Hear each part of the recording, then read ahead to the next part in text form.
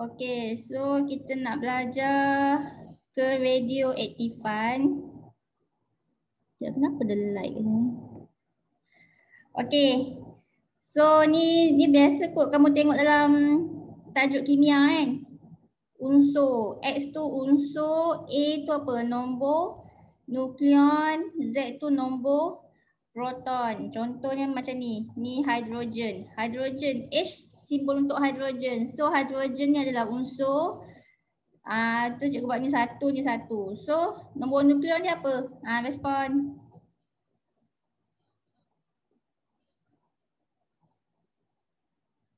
Respon lah, nombor nukleon dia apa?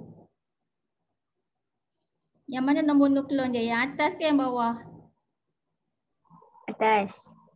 Atas. Yang ni nombor nukleon dia. Nombor nukleon dia 1. Okey, nombor proton dia yang bawah. Okey, nombor proton dia 1. Okey. Okey, so tu hidrogen 1. Okey, sekarang ni macam mana nak tahu bilangan neutron dia? Macam mana nak tahu bilangan neutron? Nombor nukleon tolak nombor proton.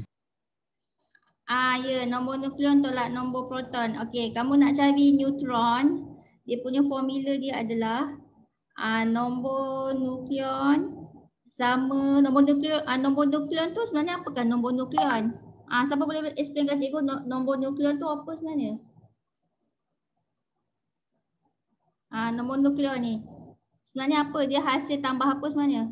Dia hasil tambah Bilangan proton, bilangan nukleon. Ya, dia hasil tambah bilangan proton dengan bilangan neutron. So, kalau kat sini, kalau nombor nukleon dia macam hidrogen kan, nombor nukleon dia 1, jadi bilangan proton dia 1, so bilangan neutron dia berapa?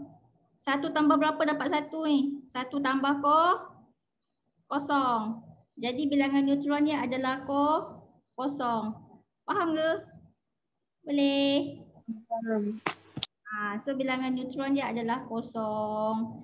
Okey. So dalam jadual ni ada kan. Nombor nukleon dia 1, nombor proton dia 1, bilangan proton. Okey. Bilangan proton ni adalah nombor proton Kalau nombor proton dia 1, bilangan proton dia pun 1. Okey, bilangan neutron dia kosong. Okey, sekarang ni bilangan elektron. Macam nak tahu bilangan elektron dia macam mana? Macam mana nak tahu bilangan elektron dia macam mana? Macam mana? Bilangan elektron adalah sama dengan bilangan apa? Proton. Bilangan elektron sama dengan bilangan proton. So kalau proton dia, bilangan proton dia 1, bilangan elektron dia pun 1. Okey, ni dalam ni kimia dah biasa tengok kan. Contohnya macam helium kan, helium. Nombor nukleon dia 4, nombor proton dia 2. Kalau nombor proton dia 2, bilangan proton dia pun 2. So bilangan neutron dia berapa? Kita pakailah formula ni. Kalau nombor nukleon dia 4, bilangan proton dia 2. So 2 tambah berapa ni? Dapat 4. 2 tambah berapa? Respon. 2. Ya, 2 tambah 2 kan dapat 4. Jadi bilangan neutron dia 2. Okey, nak cari bilangan elektron, kalau bilangan proton dia 2, bilangan elektron dia pun 2. Okey, sebab bilangan elektron sama dengan bilangan proton. Okey, ni semua dah biasa tengok dalam kimia. Okey, hidrogen, helium, lithium, karbon, nitrogen, oksigen. Ni semua unsur kimia kan. Okey. Tapi jap. Yang mana ke? Okey, ni semua unsur kimia tapi ni bukan radioaktif tau. Dia tak bahaya lah. Yang radioaktif yang mana? Okey. Okey, macam nak tahu radioaktif Sekejap Okey, contohnya macam hidrogen tadi kan, cikgu kata hidrogen dia bukan radioaktif kan. Hidrogen 1 bukan radioaktif. Tapi ada juga hidrogen yang radioaktif. Okey, sebelum kita nak belajar radioaktif ni, kita tengok dulu apa maksud isotop. Kamu dah belajar kan isotop dalam kimia. Apa maksud isotop? Siapa boleh bagi cikgu masuk isotop? Apa dia masuk isotop? Siapa pandai kimia kat kelas ni? Suhai. Suhai pandai. Okey, Suhai. Isotop, apa masuk isotop?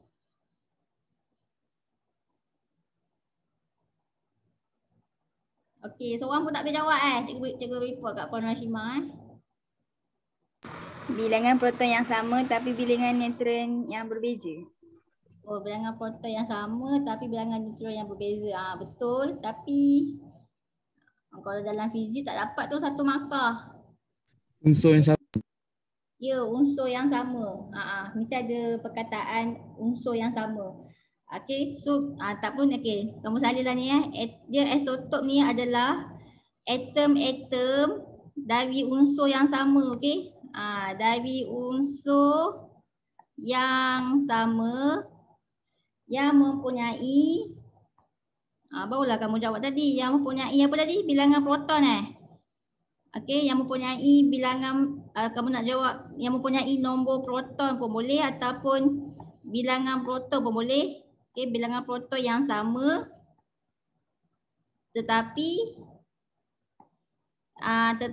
nombor nombor nukleon ataupun bilangan neutron dia berbeza kan.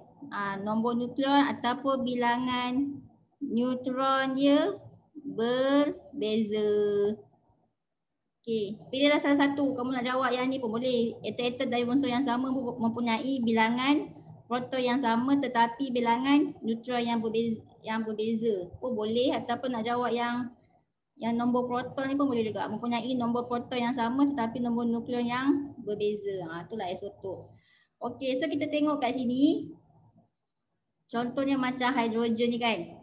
Kamu tengok dia punya nombor nukleon dia. Bukan nombor nukleon. Kamu tengok ni nombor proton dia. Yang ni H1, yang ni pun H1 proton dia, yang ni pun H ni pun nombor proton dia 1. 111 sama kan? Tapi yang berbeza dia apa? Nak tengok hidrogen, deuterium dengan tritium tu. Apa yang berbeza? Nombor nukleon. Nombor nukleon dia berbeza kan? Macam ni nombor nukleon dia 1, ni nombor nukleon dia 2, ni nombor nukleon dia 3. So berbeza. Sebab itulah kita panggil ni adalah isotop ya. Hidrogen, deuterium dengan tritium ni adalah isotop. Okey, sebab mempunyai nombor proton yang sama tapi nombor nukleon dia berbeza. Bilangan proton sama, bilangan neutron dia berbeza. Okey. Jadi dalam banyak-banyak hidrogen ni, isotop hidrogen ni, yang mana satu radioaktif? Siapa tahu yang mana satu radioaktif? Adakah hidrogen 1, hidrogen 2 ataupun hidrogen 3? Hidrogen 2, hidrogen 3. Korang rasa hidrogen 2 ni radioaktif Okey. Sebenarnya dalam banyak isotop hidrogen ni yang radioaktif adalah hidrogen 3 ni. Hidrogen 3 ni radioaktif. Dia je yang radioaktif. Yang lain tu bukan yang lain bukan. Yang lain tu bukan radioaktif. Okey. Sebab itulah yang bahaya itulah tritium tu hidrogen 3 tu. Selalu ni dia akan buat label macam ni, hidrogen 3. So hidrogen 3 lah, 3 tu diambil daripada nombor nukleon, okey. Okey, next karbon lah. Okey, karbon pun dia ada isotop dia juga kan. Kita tengok nombor proton sama kan, 666. Yang beza dia nombor nukleon. So yang ni karbon 12, karbon 13, karbon 14. Okey. Kalau yang ini, agak-agak yang mana yang radioaktif? Karbon 14. Ya, karbon 14 Karbon 14 ni radioaktif. Yang karbon 12 ni bukan. Ini kamu punya dakwat pensel yang pensel lead tu kan. Yang dakwat kali hitam, pensel kali hitam tu itu karbon 12. So dia bukan radioaktif lah. Karbon 13 pun bukan juga Okey. Oksigen. Oksigen pun ada isotop juga Kita ada oksigen 16, oksigen 17, oksigen 18. Agak-agak ada ke yang radioaktif dalam oksigen? Kamu rasa ada ke radioaktif dalam oksigen ni? Ada ke? Tak tahu. Tak tahu lah. Kalau oksigen tak ada oksigen tak ada. Semua tu bukan radioaktif. Semua oksigen tak ada yang radioaktif lah, semuanya bukan radioaktif. Okey. Okey, next uranium. Uranium pun isotop juga. Dia ada isotop dia, okey. Ada uranium 234, 235, 238. So yang mana satu radioaktif? Semua ni radioaktif. Okey, uranium. Okey, kenapa dia panggil radioaktif? Okey, sebabnya dia tak stable. Okey, contohnya macam carbon 14 ni kan, radioaktif. Dia nukleus yang tak stable. Bila nukleus yang dia tak stable, apa jadi? Dia akan buat apa? Dia akan mereput. Bila dia mereput, kan, dia kalau dia reput seorang-seorang dia tak apa, tapi dia mereput sambil dikeluarkan sinar radioaktif. Ada 3 sinar radioaktif. Siapa tahu sinar apa? Sinar Alpha, beta, gamma. sinar alfa, sinar beta, sinar gamma. Okey, bila dia mereput dia akan keluarkan sinar alfa, sinar beta, sinar gamma. Dalam banyak-banyak 3 sinar ni, mana bahaya? Sinar gamma. Ya, sinar gamma ni yang paling bahaya sebab dia boleh tembus badan kita. Okey, so sinar gamma ni bahaya. So kita tak nak sinar gamma ni lah. Jadi kan sebab itulah bahan-bahan radioaktif ni kita kena simpan dalam satu alat yang special yang kita wajar lah. Okey, so kamu salin lah apa maksud radioaktif. Kadang-kadang soalan tanya kan, apakah maksud radioaktif? Ada setengah soalan tanya apa maksud radioaktif, apa maksud radioisotop. Kamu tengok perkataan radio tu maksudnya nuklear lah tu tak kisahlah radioaktif ke radioisotop ke. Benda yang sama lah tu. Okey. So kalau soalan tanya apakah maksud radioaktif ataupun dia tanya maksud radioisotop. So maksudnya adalah nukleus bahan yang tak stabil. Bila dia tak stabil dia akan mereput. Dia akan mereput. Bila dia mereput dia akan mengeluarkan sinaran radioaktif. Okey, dia akan mengeluarkan sinaran radioaktif sehingga bila? Sehinggalah nukleus itu menjadi stabil. Sehingga nukleus itu menjadi stabil. Bila dia dah stabil dia dah tak mereput dah. Okey. Contohnya kan macam uranium ni kan. Contoh cikgu ambil uranium 234 ni. Yang ni radioaktif ni. So kan dia akan mereput senyap-senyap dia Dia cara dia mereput tu bukan dia meletup ke apa tau. Dia senyap-senyap dia mereput. Tapi bila dia mereput tu dia akan keluarkan sinar ni lah, sinar radioaktif. Sampailah nukleus dia dah jadi stabil. Okey, macam nak tahu dia dah jadi stabil ke tak? Daripada uranium ni dia boleh bertukar jadi apa? Jadi plumbum. Plumbum yang ada dalam makmal kimia kan. Plumbum. So daripada uranium ni dia mereput, tiba-tiba sampailah dia jadi stabil tu, bila dia dah tukar jadi unsur lain pula. Dia boleh jadi plumbum. Bila dah jadi plumbum ni dia dah stable. So kadang-kadang plumbum yang kita ada dalam makmal tu asalnya daripada uranium, okey? Asalnya daripada radioaktif. Macam itulah. Faham ke? Faham. Okey. Okey. Jadi next kita korang dah salin dah benda ni? Sempat ke salin? Dah salin dah? Dah. Okey, dah sebenarnya video ni cikgu rekod je. Cikgu rekod kan. Okey. Okay, next. Okey, ni semua radioaktif ni. Radon 222 ni. Radioaktif. Radium 226, actinium 228, thorium 232, uranium 238. Ni semua radioaktif. So bila dia mereput, dia akan reput sampailah nukleus jadi stable, dia akan jadi bertukar kepada unsur yang lain. Macam tadi kan cikgu kata daripada uranium boleh tukar jadi plumbum. Macam itulah. Okay. Okay, next. Kita nak belajar cara nak kesan sinar radioaktif ni. Macam mana cara nak kesan dia. Okay, sebelum tu kamu tengok dekat handout ni. Kita tengok ni lah dulu sifat-sifat sinar alfa, sinar beta, sinar gamma. Okey, kat mana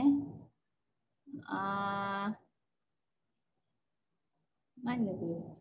Tak ada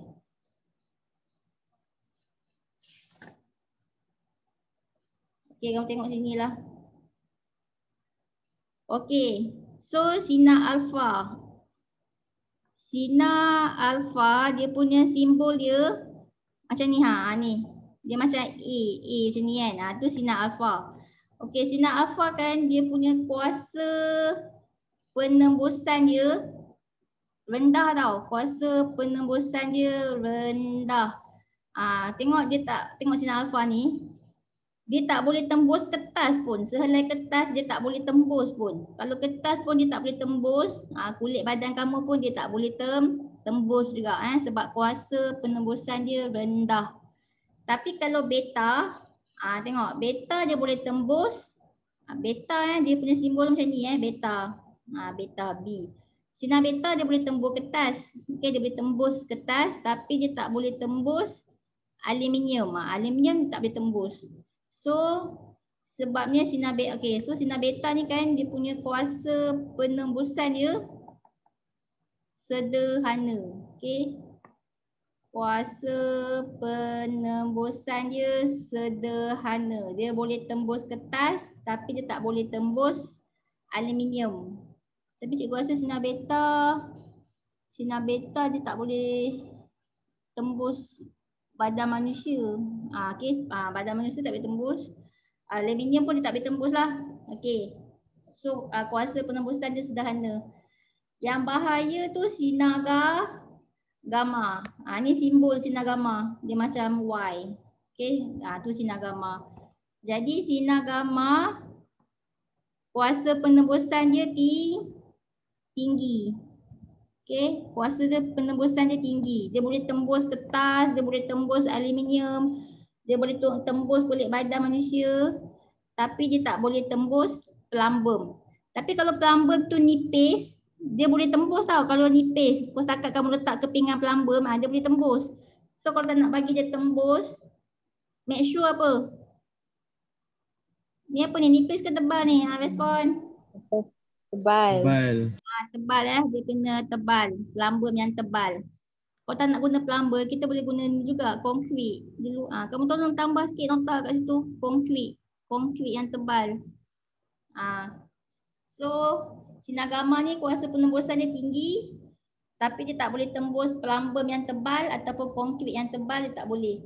Sebab itulah radioaktif kita kena simpan dalam satu bekas. Okey, dalam bekas plumbum. Okey, radioaktif, bahan radioaktif semua kita simpan dalam bekas plumbum. Dan dia punya dinding bekas plumbum tu tebal juga Kenapa nak simpan dalam bekas plumbum ni? Sebab contohnya cikgu letak ni uranium kan. Supaya apa? Kenapa bahan radioaktif, uranium, contohnya ni, kita kena simpan dalam bekas plumbum? Sebab dia tak boleh, sinar dia tak boleh tembusi bekas plumbum tu. Ya, sebab kita tak nak sinar radioaktif dia tembus keluar ke sekeliling kan. Kita tak nak dia tembus. Tak nak tembus macam ni kan. Bahaya kan untuk sekeliling. So disebabkan kita tahu sinar gamma ni tak boleh tembus plumbum. So kita simpanlah uranium ni dalam bekas plumbum. Okay. Supaya dia tak boleh tembus. Dia pergi kat sini je. Dia tak boleh tembus keluar. So ada cara lah nak simpan bahan radioaktif. Okay.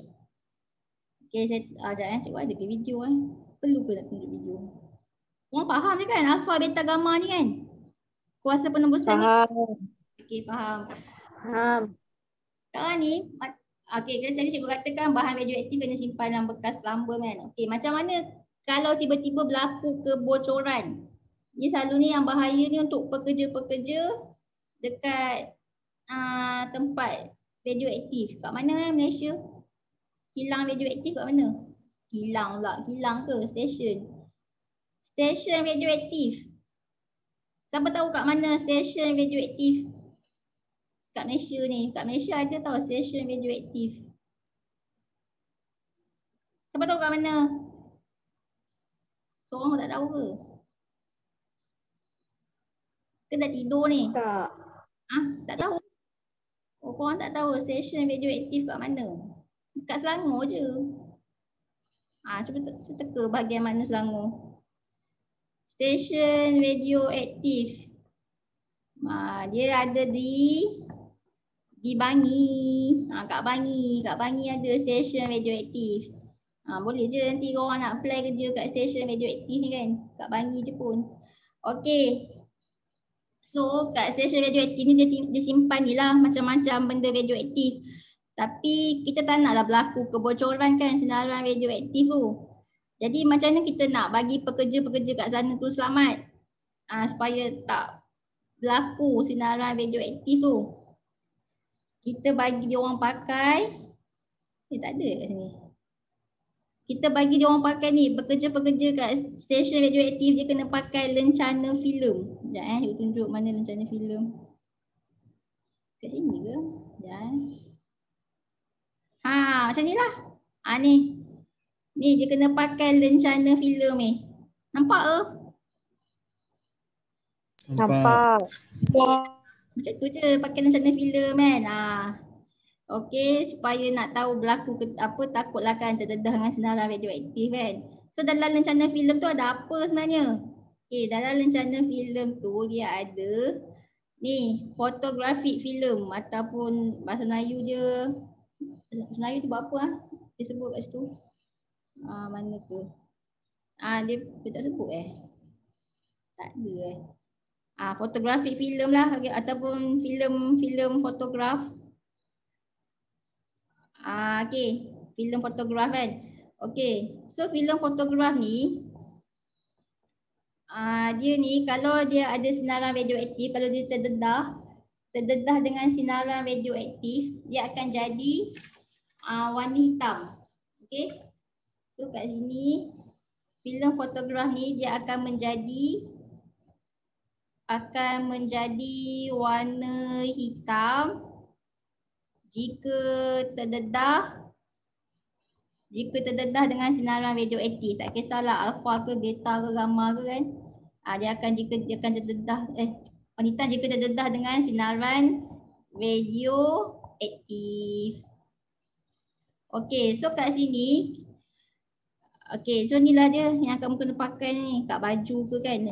Ni lencana filem ni. So bila kita buka lencana filem ni, so kan kat sebelah ni bahagian letak filem fotograf, yang bahagian sebelah ni kan kita letak filter.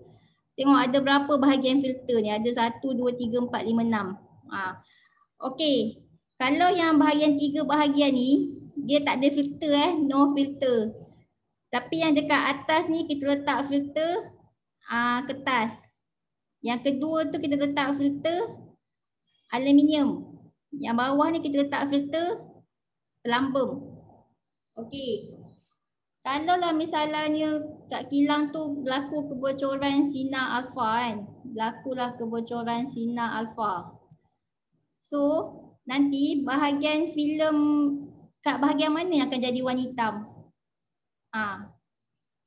Bahagian filem yang kat area mana jadi warna hitam? Yang kat bahagian yang no filter ni ke? Kat bahagian yang kertas ni ke? Bahagian aluminium ke? Bahagian pelambung? Faham ke korang? Okey, tadi kan cikgu kata sinar alfa dia boleh tembus, dia tak boleh tembus apa? Tadi sinar Kertas. dia tak boleh tembus kertas kan? So sinar alfa dia tak boleh tembus kertas. Dia tak boleh tembus kertas. Jadi kan filem fotograf pada kertas tu dia tak akan jadi warna hitam. So kalau dia tak boleh tembus kertas, aluminium pun langsunglah tak boleh kan. Pelambung lagi lah dia tak boleh tembus. So kan 3 bahagian kat sini yang ada filem fotograf kat sini dia tak akan jadi warna hitam. So filem fotograf yang mana yang akan jadi warna hitam? Dekat bahagian mana? Bahagian yang no filter. Yang ni akan jadi warna hitam Ni jadi warna hitam, kat sini akan jadi warna hitam, kat sini jadi warna hitam. Faham ke? Faham. Faham sebab no filter dia tak ada filter kat situ, tak ada kertas ke apa. So sinar alfa tu boleh tembus dekat bahagian yang tak ada filter ni, jadi filem fotograf tu akan jadi warna hitam kat sini. So itu menunjukkan kalau 3 bahagian ni warna hitam, yang bahagian no filter ni jadi warna hitam. Mana lah warna hitam? Tak warna hitam. Ya. Ni kalau jadi warna hitam kat sini kan, maksudnya kamu tahulah stesen tu terdedah dengan sinar alfa, okey? Okey, so sinar alfa yang tiada filter tu, yang tiada filter jadi warna hitam.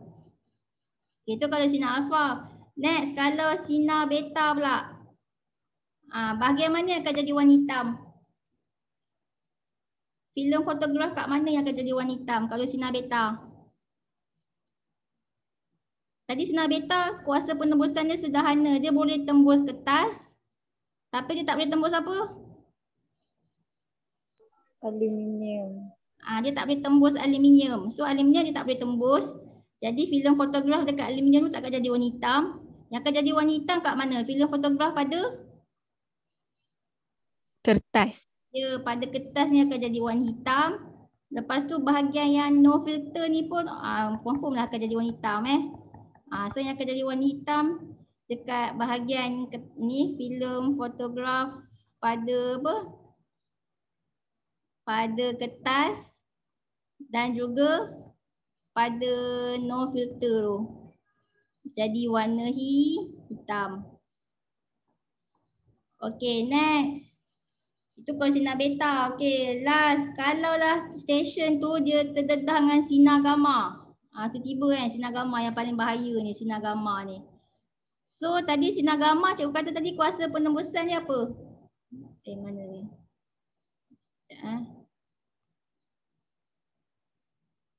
Okay, tadi cikgu kata sinar gamma kuasa penembusan dia rendah ke sederhana ke tinggi? Tinggi.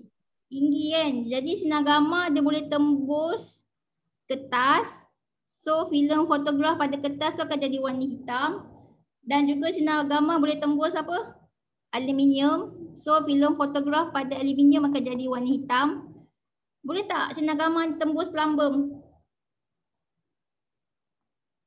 Respon. Boleh tak sinar gamma ni tembus plumbum? Boleh kalau nipis. Kalau nipis. Kalau nipis bayangkanlah ni tebal punya plumbum yang tebal. Cikgu lupa nak buat tebal kat sini. Okey, bayangkan dia tebal plumbum kat sini. So dia tak boleh tembus So dia tak boleh tembus, jadi filem fotograf pada plumbum dia tak jadi warna hitam lah. So yang jadi warna hitam pada kertas, aluminium dan juga filem fotograf pada yang bahagian non filter ni. Itu akan jadi warna hitam. So kalau lah misalnya kan kamu buka lencana filem kamu tu, kan buka lencana filem tu tengok filem fotograf bahagian ni semua dah hitam kan. Kecuali yang bahagian plumbum tu dah sasah lah berlaku kebocoran sinar apa? Berlakulah kebocoran sinar Gamma. gamma. Okey, so stesen tu kena tutup lah. Okey, kena tu sebab bahaya kan gamma ni. Itulah cara nak melindungi pekerja kilang radioaktif. Okey. Kalau macam yang sekarang ni nak melindungi COVID kena apa? Kena pakai apa? Tu kalau radioaktif sinar gamma kan. Kalau nak melindungi kita daripada COVID pakai apa? Mask. Pakai mask kan. Macam itulah, okey. Okay, next. Dah habis dah yang tu Sekejap. Lepas tu apa lagi Okay, selain daripada Waktu form 3 kita ada belajar yang sinar gamma tak boleh tembus plumbum yang 10 cm tebal dia. So kalau kurang dia boleh tembus memang macam tu pun. Tapi rencana filem ni, entahlah cikgu tak tahu lah macam mana dia buat. Dia kasi tak boleh tembus pelamba kat sini. Mungkin dia lebih 10 cm lah. Maksudnya tebal lah kan. 10 cm apa tebal lah. Tebal lah 10 cm. So cikgu rasa rencana filem ni, dia sangat tebal lah ni untuk memuatkan pelambung yang lebih 10 cm. Betul tak? Kan? Betul. So pelambung ni yang lebih 10 cm ni, okey? So dia tebal lah ni rencana filem ni. Cikgu pun tak nak tengok biar macam tengok dia pakai. Berapa cm ah? Tebal lah ni, okey? Tebal lah kot 11 cm. Okey. Next. Okey, selain daripada rencana filem, kita juga boleh guna ni pembilang Geiger ataupun nak senang sebut je tiup Geiger mula.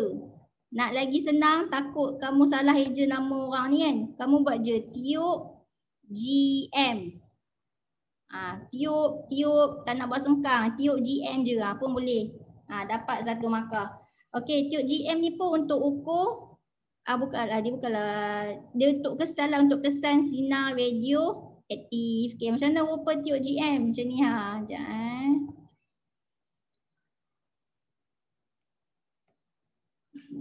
macam ni lah. Okey, ni lah dia rupa tiup GM. Okey, ni rupa tiup GM. Tiup GM. So kalau ada sinar radioaktif, misalnya ada sinar radioaktif kan, tak kisahlah sinar alfa ke beta ke gamma ke, dia akan keluar bunyi tau. Dia keluar bunyi apa? Bunyi klik klik klik. Dia bunyi klik klik klik klik, macam itulah bunyi dia. Okey, tu maksudnya ada sinar radioaktif. Tapi kalau tiup GM ni dia senyap, tak ada bunyi apa, maksudnya tak ada sinar radioaktif. Boleh? Faham ke? Faham. Okey, faham. Okey. Next. Okey, kenapa dia boleh kesan bunyi klik klik klik ni?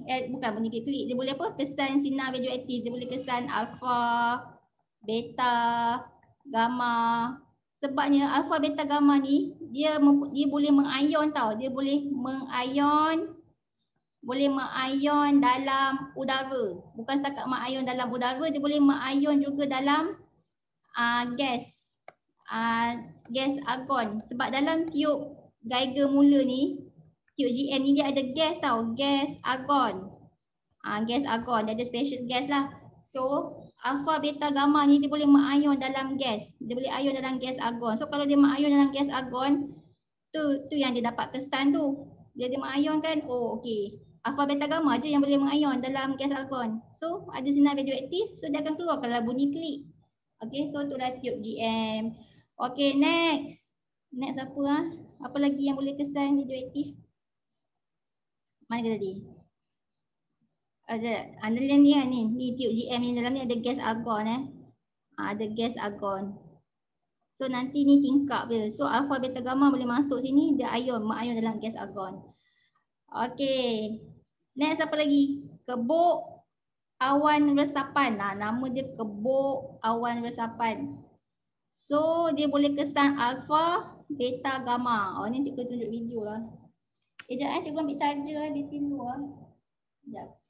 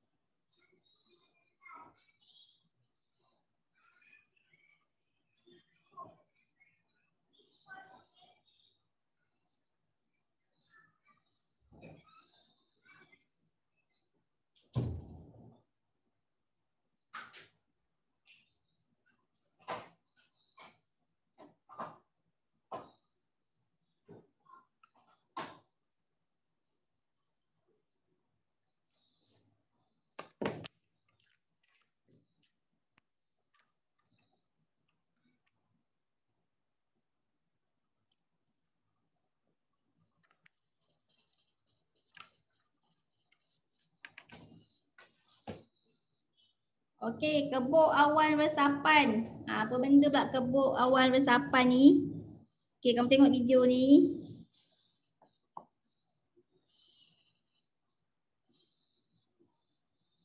Baik, mana pula? Oh, dah less than 1 minute Kan cikgu bagi 5 baru